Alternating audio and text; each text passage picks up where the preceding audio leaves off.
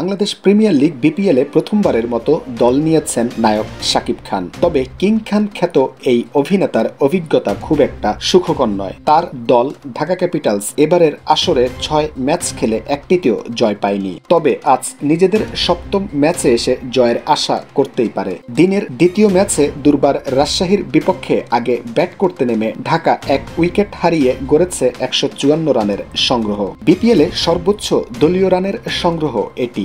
BPL এর ইতিহাসে ঢাকার সর্বোচ্চ দলীয় রানের সংগ্রহ গড়ার রেকর্ড গড়ার পথে আজ তাণ্ডব চালিয়েছেন দুই ওপেনার তানজিদ তামিম ও লিটন দাস।